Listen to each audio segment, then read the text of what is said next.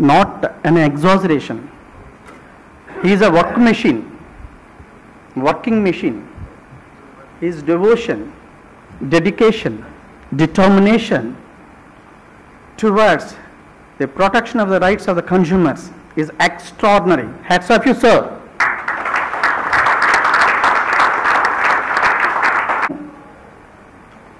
నౌషద్ అలీ గారి గురించి చెప్పుకుంటూ పోతా ఉంటే ఈరోజు మళ్ళీ ఏదో హాయ్లాండ్కి వచ్చారు మీరు, హాయిగా ఉండకుండా మళ్ళీ వెళ్ళాలి కదా. మళ్ళీ కలిసినప్పుడు ఆయన గురించి చెప్తాను. శ్రీ లీలాజీ బాబు గారు ఏదో మాకు పాట తిరుపతిలో బాలాజీ బాబులా అనిపించారు, మీరు చెప్తా ఉంటారు ఆయన గురించి. సేవ చేసే దృక్పథం ఉన్న వాళ్ళకి అటువంటి వాళ్ళ సపోర్ట్ ఎంత అవసరం అంటే చాలా అవసరం. నేను ఇదే ఫస్ట్ టైం ఆయన చూడటం. నాకు అలీగా చెప్పారు ఆయన గురించి. I heard about him. I felt very happy. తెర వెనక ఉండి వాళ్ళని ముందుకు నడిపిస్తూ కన్స్యూమర్స్కి వెల్ఫేర్కి దోహదపడుతున్న మీకు కూడా మా ధన్యవాదాలు sir.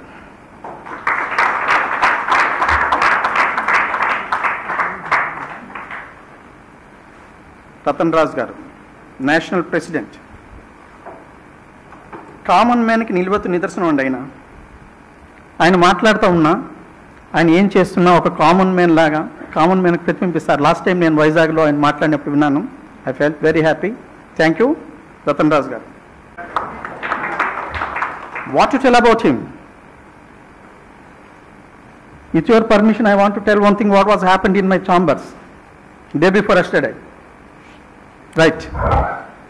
I was a little bit harsh with your chief patron, Mr. Ali. Do you know the reason behind that?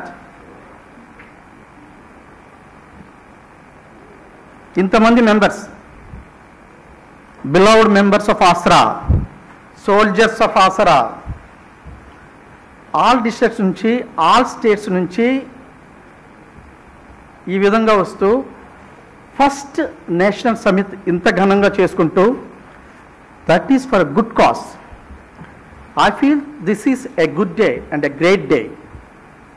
The people who gathered here with only one cause, అక్కడ మీరైనా, ఇక్కడ మేమైనా, అక్కడ సారైనా, అక్కడ వారైనా, ఫర్ గుడ్ కాజ్.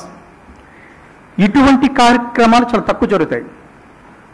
నాకు ఆయన మీద ఉండే అభిమానంతో, నాకు సార్కి తెలుసు కదా ఈ విషయం, ఇంత మంచి కార్యక్రమం దేశం నలుమూల నుంచి వస్తున్న ఈ మెంబర్స్ అందరినీ concerned allied people in the AP వాళ్ళందరికీ చూపించాలి, నా సైన్యాన్ని చూపించాలి అన్న ఒక స్వార్థంతో ఆయనతో నేను ఘర్షణ పడడం జరిగింది. మొన్ననా అండి, నిన్న. నేను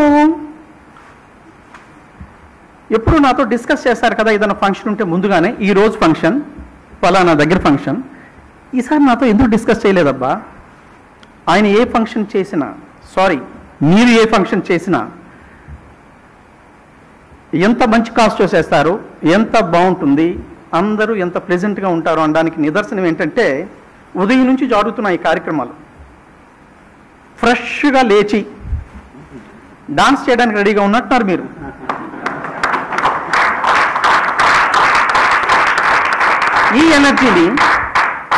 ఈ ఎనర్జీని మీ ఎఫర్ట్స్ని, మీ ట్రాక్ రికార్డ్ని అటు మినిస్టర్ గారికి, సార్కి తెలుసు, గవర్నమెంట్కి తెలియచేయాలని ఇంతకుముందు కూడా 1-2 సార్లు మీతో సందర్భంలో చెప్పడం జరిగింది.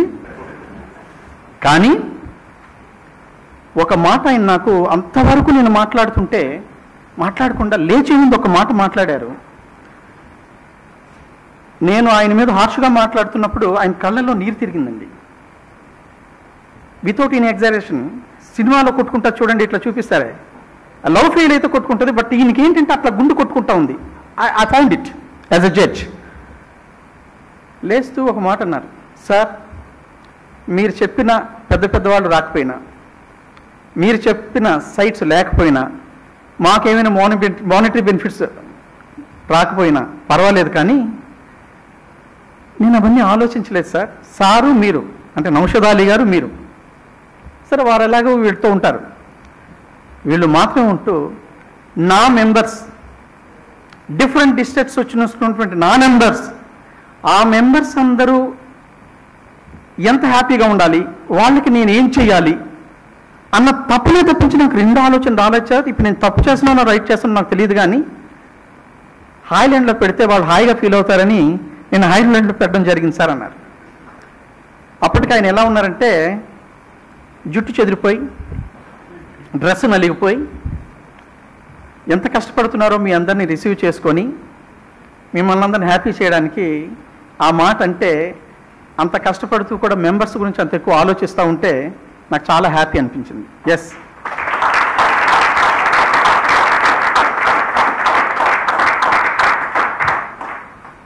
సార్ ఏంటి వీడు మైక్ దగ్గరికి వెళ్ళి సబ్జెక్ట్ చెప్పకుండా ఏదేదో చెప్తున్నాడు అనుకుంటున్నారేమో సార్. సబ్జెక్ట్ చెప్పడానికి మీరున్నారని, సబ్జెక్ట్ తెలిసిన మీరున్నారని నేను ఏదో వీళ్ళతో సబ్జెక్ట్ రాని నేను ఏదో సబ్జెక్ట్ లేని విషయాలు మాట్లాడుతున్నాను సార్. అయితే ఏమిటో ఏదో అన్నానండి, కంటిన్యూషన్. అలీ గారి మీద అలిగిన నేను ఏంటో అండి, నేను ఇంతకుముందు కూడా చెప్పాను, మీ అందరినీ చూస్తూ ఉంటే అలీ గారు గుర్తురారు వేరుగా, ఎందుకంటే మీ అందరిలో కూడా ప్రతి ఒక్కరిలో కూడా అలీ గారు కనిపిస్తూ ఉంటారు.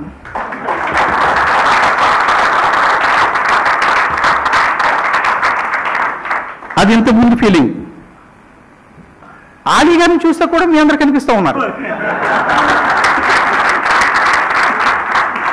నిన్నటి నుంచి ఆయన నాకు ఎప్పుడూ ఒక సమాధానం ఇవ్వడం కానీ, ఏదైనా మాట్లాడితే ఇద్దరు మాట్లాడడం కానీ తెలియని వ్యక్తి, అతని మనసులో మెంబర్స్ మీద ఎంత అభిమానం, ఇంత ప్రేమ, ఇంత పిచ్చి ఉందా అని నాకు అనిపించింది. అయితే ఎందుకు అని ఆలోచిస్తే మిమ్మల్ని చూస్తే తెలుస్తుంది. అరే ఏమైనా వెళ్ళడానికి బతికించే టైంలో, మన పనే మనం చేసుకోవడానికి ఇష్టపడిన టైంలో అటువంటి మెంటాలిటీ ఉన్న మనం ఎవరో కన్జ్యూమర్ కోసం వాళ్ళకేదో చేయాలి అనుకుంటే ఎక్కడి నుంచి ఎన్నో రాష్ట్రాల నుంచి ఎన్నో దీని నుంచి వచ్చేసారంటే నేను మిమ్మల్ని ఏమని పొగడాలండి? What are the words to praise you?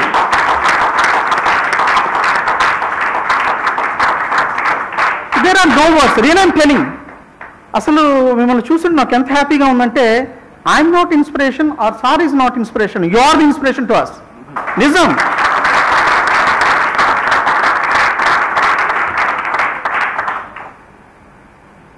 ఒక రిలేషన్షిప్ మెయింటైన్ చేయటంలో నిన్న నాతో అలీ గారు మాట్లాడాగా ఆ యూనిటీ, ఆ స్ట్రెంగ్త్ వస్తుంది. Money is not criteria, relationship is more than honey and more than money అని ప్రూవ్ చేశారు మన అలీ గారు అండ్ మీరు. And coming to the subject, consumer awareness. Consumer awareness అంటే వేరుగా ఏదీ లేదండి. నాకు విజయవాడ రాకముందు సార్ నౌషాద్ అలీ గారు కొన్ని చెప్పారు టిప్స్. వాటిని పట్టుకొని నేను ఇక్కడికి వచ్చి వితిన్ 1 year, సార్కి ముందే చెప్పాను, సార్ 1 year సరికి ఏదో కొంచెం చేసి మీకు చూపిస్తారు సార్ అని. ఆ టిప్స్ని మాత్రం ఉపయోగించి కన్స్యూమర్ అవేర్నెస్ అంటే ఇవి కొన్నిటికి ఎందుకు రియాక్ట్ అవ్వట్లేదు అంటే అక్కడ వాళ్ళకి అవేర్నెస్ లేనట్టు కాదు కదా. ఎక్కడైతే పబ్లిక్ ఇంట్రెస్ట్ ఉంటుందో, ఏదైతే అందరికీ ఉపయోగపడుతుందో వాటికి సంబంధించి మనం ఎంత మేరకు చేయగలమో అంత మేరకు చేయగలగాలి. ఇప్పుడు ఈ జడ్జ్మెంట్ ఇచ్చేసిన తర్వాత అక్కడితో అయిపోకుండా ఎగ్జిక్యూషన్ ఆఫ్ ది ఆర్డర్స్ గురించి మీ ఆసరా వాళ్ళు చేస్తున్నటువంటి ప్రయత్నాలు, ఆసరా వాళ్ళు కండక్ట్ చేస్తున్న మీటింగ్స్, అందరినీ కలిసి వీటి గురించి చెప్పటం అనేది, ముందుకు తీసుకెళ్లటం అనేది నిజంగా అభినందనీయం అండి. I must be thankful to them. ఈ అవేర్నెస్ గురించి ఫర్దర్గా మొత్తం డీటెయిల్స్ అన్నీ మన జస్టిస్ నౌషాద్ అలీ గారు మీకు చెప్తారు. మార్నింగ్ నుంచి దివాకర్ బాబు గారు కానీ మీరు కానీ చర్చించుకోవడం జరిగింది కాబట్టి నేను లోతుగా కూలంకుషంగా అందులోకి వెళ్ళడం జరగట్లేదు. తర్వాత ఈరోజు లీగల్ మెట్రాలజీ కంట్రోలర్ గారు మనకి, ఆయన కూడా గెస్ట్ ఆఫ్ ఆనర్గా రావాల్సి ఉంది. ఆయన ఢిల్లీలో ఉండి రాలేకపోయి మనకి డిప్యూటీ కంట్రోలర్ గారు స్వామి గారు ఒకసారి నిల్చోండి సార్.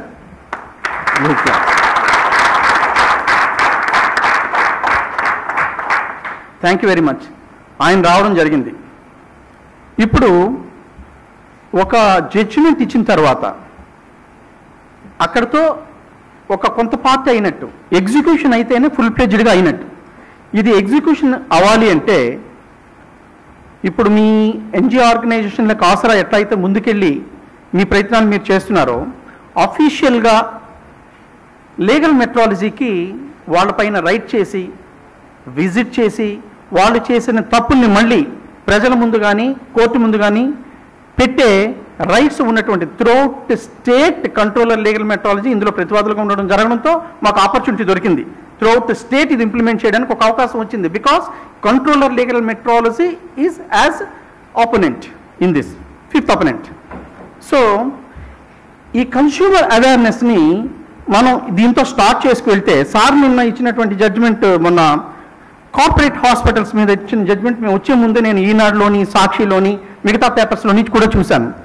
నాట్ ఓన్లీ మల్టీప్లెక్సెస్ అంటే illegal sales of multiplexes the అందరూ సినిమాకి వెళ్తారు కాబట్టి తెలిసిందంటే, అందరూ హాస్పిటల్స్కి వెళ్తే ఎటువంటి ప్రాబ్లమ్స్ ఉన్నాయి, కార్పొరేట్ కాలేజ్కి వెళ్తే ఎటువంటి ప్రాబ్లమ్స్ ఉన్నాయి, లేదు డిజిటల్ మార్కెటింగ్లో ఎట్లాంటి ప్రాబ్లమ్స్ ఉన్నాయి. అన్నిటికన్నా ఫాల్స్ పబ్లిసిటీ. నువ్వు 80 కేజీలు 40 కేజీలు అయిపోతావమ్మా ఇది వాడితే అంటే ఇమ్మీడియట్ లేడీస్ ఫస్ట్ వాడేది అవే. కొంచెం నల్లగా ఉన్నవాళ్ళు తెల్లగా అయిపోతారు అనుకుంటే క్రీమ్స్ వాడేస్తూ ఉన్నారు. ఇట్లా ఫాల్స్ పబ్లిసిటీ రియల్ ఎస్టేట్స్లో లేదా మరో దగ్గర ఎక్కడైనా ఫాల్స్ పబ్లిసిటీ. అఫ్కోర్స్ రియల్గా చేసేవాళ్ళు ఉన్నారు, నాట్ ఫర్ దట్. డాక్టర్స్ అయినా, కాలేజెస్లో అయినా, మరో దగ్గర అయినా, ఆ సైడ్ ఉన్నారు, ఈ సైడ్ ఉన్నారు. మనం ఎక్కడైతే ఫాల్స్ జరుగుతుందో, unfair or restrictive trade practice జరుగుతుందో అక్కడ మాత్రం మనం అలర్ట్గా ఉండి, ముఖ్యంగా ఆసరాలంటే ఎన్జిఓ ఆర్గనైజేషన్స్ ఎడ్యుకేట్ చేయవలసిన అవసరం చాలా ఉంది. కాన్సన్ట్రేట్ చేయండి. పబ్లిక్ ఇంట్రెస్ట్ ఉన్నటువంటి వాటిలో మీరు యాక్టివ్గా పార్టిసిపేట్ చేస్తున్నారు. నేను డిబేట్స్లో కూడా చేశాను, చాలా హ్యాపీ. అంటే మీకు నేను ఫస్ట్ మీటింగ్కి మొన్న మీరు ఢిల్లీలో మన బెహ్రా గారు కానీ, ఆలీ గారు కానీ, మిగతా వాళ్ళు మాట్లాడింది చూస్తూ ఉంటే ఐ ఫెల్ట్ వెరీ హ్యాపీ. మీరు వాళ్ళు అడుగుతుంటే then and there on the spontaneous మీరు ఇస్తూ ఉన్నారు. యాక్చువల్గా ఈ కేసు ఫైల్ చేసేసరికి మల్టీప్లెక్స్లో జరుగుతున్న ఇల్లీగల్ సేల్స్ గురించి ఇది ఎప్పుడో కదండి ఫైల్ చేసేటప్పటికి there was no ban for jewel MRP. Jewel MRP మీద అప్పుడు బ్యాన్ లేదు, 2018 జనవరిలో కదా వచ్చింది. మరి కేసు ఫైల్ చేసింది ముందు కదా, ఎట్లా ఈ కేసును ఎలా చేశారు అని అడిగితే అలీ గారు, బెహ్రా గారు చెప్పారు. I felt very happy. Ali గారు అనుకుంటాను, ఏమండి నేషనల్ కమిషన్ జడ్జిమెంట్ మీరు చూసారా? నేషనల్ కమిషన్ జడ్జిమెంట్ అన్నది ఈ జనవరి 2018లో వచ్చిందా, ఎప్పుడో వచ్చిందా? ఎప్పుడో 2016లో వచ్చింది నేషనల్ కమిషన్ జడ్జిమెంట్. మరి అప్పుడు ఎందుకు ఎలా చేశారు? జ్యువెల్ఎంఆర్పి తప్పును అప్పుడే అన్నారు కదా నేషనల్ కమిషన్ జడ్జిమెంట్. దాని ప్రకారమే కదా ఇప్పుడు ఈ ఫోరంలో కూడా జడ్జిమెంట్ ఇచ్చింది. చెప్తే అక్కడి నుంచి మీడియా మిత్రులు కూడా అభినందించారు. ఆ నేషనల్ కమిషన్ అది 2016 అనుకుంటాను కదా, 2016లో నేషనల్ కమిషన్ జడ్జిమెంట్, 2018లో బ్యాన్. అంటే వెన్ దెర్ వాజ్ యాక్ట్ సైలెంట్గా ఉన్నప్పటికి కూడా basing on the facts and circumstances, అసలు యాక్ట్ ఏంటంటే the purpose of the act అది చాలా ఇంపార్టెంట్. ఈ యాక్ట్ ఎప్పుడు కూడాను కొన్ని సందర్భాల్లో కన్స్యూమర్కి ఉపయోగపడటానికే సైలెంట్గా ఉంటుంది తప్ప, లేదో ఒక కోర్టులో ఒక విధంగా, ఒక కోర్టులో ఒక విధంగా జడ్జిమెంట్స్ వస్తున్నాయి, ఏంటి ఎందుకు ఇలా వస్తున్నాయి, ఇదే ఇష్యూ మీద అనుకుంటాం మనం. ఫర్ ఎగ్జాంపుల్ ఎలక్ట్రిసిటీ తీసుకుందాం, అక్కడ జ్యువెల్ఎంఆర్పి ఉండాలి అంటున్నారు కొన్ని కోర్ట్స్. జ్యువెల్ఎంఆర్పి ఉండాలి అన్న కోర్ట్స్ ఏ ఉద్దేశంతో ఉన్నాయి? ది పర్పస్ అండ్ ఆబ్జెక్ట్ ఏంటంటే అక్కడ కూడా కన్స్యూమర్కి హెల్ప్ చేయాలి. కమర్షియల్గా ఉన్నవాడు కట్టగలడు, అదే రెసిడెన్షియల్ ఉండే కామన్ మ్యాన్ ఏం కట్టగలడు? అక్కడ జ్యువెల్ఎంఆర్పి ఉండాలి. అక్కడ ఆ పర్పస్ అండ్ ఆబ్జెక్ట్ మాత్రమే దృష్టిలో పెట్టుకొని ఇచ్చినటువంటి జడ్జిమెంట్, దాన్ని బేస్ చేసుకొని అవి ఉదాహరించి జ్యువెల్ఎంఆర్పి అలౌ చేస్తున్నటువంటి సుప్రీంకోర్టు లేదా నేషనల్ కమిషన్, స్టేట్ కమిషన్ కూడా అలౌ చేస్తుంది కదండి, మీరు ఎందుకు జ్యువెల్ఎంఆర్పిని అలౌ చేయరంటున్నారు ఇక్కడ. ఆ పర్పస్ అండ్ ఆబ్జెక్ట్ వేరు, ఈ పర్పస్ అండ్ ఆబ్జెక్ట్ వేరు. అక్కడ జ్యువెల్ఎంఆర్పి అలౌ చేస్తే కన్స్యూమర్కి లాభం, ఇక్కడ జ్యువెల్ఎంఆర్పి మల్టీప్లెక్స్లో అలౌ చేయకపోతే కన్స్యూమర్కి లాభం. So the purpose and object, there are so many rulings by supreme court judgment. So అటువంటి రూలింగ్స్ కూడా ఉన్నాయి. సో ఇది లా అనేది ఇప్పుడు కూడా ఇంటర్ప్రిటేషన్ ఆఫ్ లా, అది మన చేతిలో చట్టపరంగా చేయగలిగితే, ఇది డెప్త్గా వెళితే ఎక్కడ పర్పస్ అండ్ ఆబ్జెక్ట్ ఏంటి అన్నది మనకి తెలుస్తుందన్నమాట. దానిని సవివరంగా చెప్పగలిగినటువంటి ఆలీ గారికి నేను ధన్యవాదాలు చెప్తా ఉన్నాను. What else? ఇప్పుడు అతను లాయర్గా కాకుండా ఆసరాలో లాయర్స్ కాని వాళ్ళు కూడా సభ్యులుగా ఉన్నారు. I must appreciate for that. Behra ఇంకా వీళ్ళందరూ మాట్లాడారు ఆ రోజు ఢిల్లీలో. అట్లానే ఇక్కడ డిబేట్స్ జరుగుతున్నాయి, ఇక్కడ టీవీల్లో డిబేట్స్ జరుగుతున్నాయి. స్వామి గారు, don't think otherwise. I want to make a mention here because me cooperation మాకు చాలా అవసరం. లీగల్ మెట్రాలజీ అంటున్నారు, ఎన్ని చేసినా మీ కోఆపరేషన్ లేకపోతే మేము ముందుకు వెళ్ళను. ఎందుకంటే execution of the order is very important. You are the main part in that. వెంటనే పేపర్లో స్టేట్మెంట్స్ వచ్చినాయి, అరే ఇలా జడ్జిమెంట్ వచ్చింది, నెక్స్ట్ డేనే సుప్రీంకోర్టులో స్టే అన్నారు. That's different, entirely different. ఒక సుప్రీంకోర్టులో జడ్జిమెంట్ రావటం వేరు, that's called order, final order. Interim order రావటం వేరు. ఒక ఫైనల్ ఆర్డర్ సుప్రీంకోర్టు జడ్జిమెంట్ ఇస్తే మిగతా క్రింద కోర్టులు బైండ్ అవ్వాలి అన్నది ఒక ఇది. బట్ ఇక్కడికి వచ్చేసరికి ఏంటంటే ఒక ఇంటరిమ్ ఆర్డర్, అక్కడ అది టెంపరీగా ఒక ఇచ్చిన స్టే, దాన్ని బేస్ చేసుకొని కొద్దిమంది రాంగ్ స్టేట్మెంట్స్ రావడం జరిగింది పేపర్స్లో. దానితో ఈ ఆసరా సభ్యులు చాలా ఇబ్బంది పడ్డారు. ఈ మీడియా మిత్రులు అడుగుతున్నటువంటి క్వశ్చన్స్కి, అరే సుప్రీంకోర్టులో స్టే వచ్చిందంట కదా, కాబట్టి ఇంక ఈ ఆర్డర్కి ఇది లేదు కదా, ఎన్ఫోర్సబిలిటీ లేదంట కదా అని చెప్పేసి అన్నారు. ఎప్పుడైనా సరే క్రింద కోర్టులో అది ఫారం అవ్వచ్చు, మరొకటి అవ్వచ్చు, ఒక ఆర్డర్ ఇచ్చినప్పుడు స్పెసిఫిక్గా ఆ ఆర్డర్ పైన, ఇప్పుడు మాకు ఏంటంటే appellate court, state commission, state కమిషన్కి అప్పీల్కి వెళ్ళేటప్పుడు అక్కడ దానిపైన స్టే ఇస్తేనే ఆ సుప్రీంకోర్టులో ఇచ్చిన స్టేని ఉదహరించినప్పుడు వాళ్ళు దాన్ని బేస్ చేసుకొని స్టేట్ కమిషన్లో స్టే ఇస్తేనే దీనికి స్టే వచ్చినట్టు. అప్పటికి వరకు దీనికి ఎన్ఫోర్సబిలిటీ ఉంటుంది. This I want to clear. ఎందుకంటే పేపర్స్లో, చాలా పేపర్స్లో వచ్చి ఒక రాంగ్ నోషన్లో పబ్లిక్ వెళ్ళడం జరిగింది. Even some of the officers also under the wrong impression. That is to be cleared. So awareness ఎంత అవసరము అన్నది చెప్తున్నాను. ఏంటంటే వెరీ మైన్యూట్ పాయింట్ కూడా sometimes leads to the wrong way public. ఇవన్నీ నేను ఎందుకు చెప్పానంటే,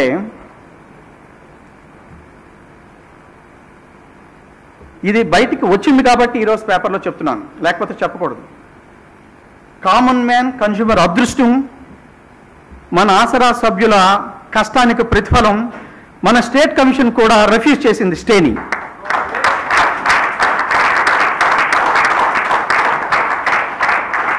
ఒకవేళ అక్కడే స్టే ఇవ్వడం జరిగితే ఈరోజు మనం ఇచ్చిన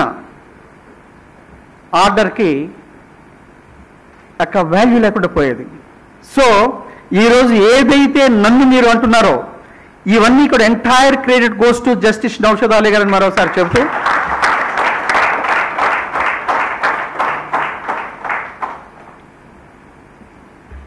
ఆసరా సభ్యుల్ని మరొకసారి మనస్ఫూర్తిగా అభినందిస్తూ నాకు ఈ అవకాశం ఇచ్చిన మీ అందరికీ ధన్యవాదాలు తెలియజేసుకుంటూ సెలవు తీసుకుంటాను. Thank you very much.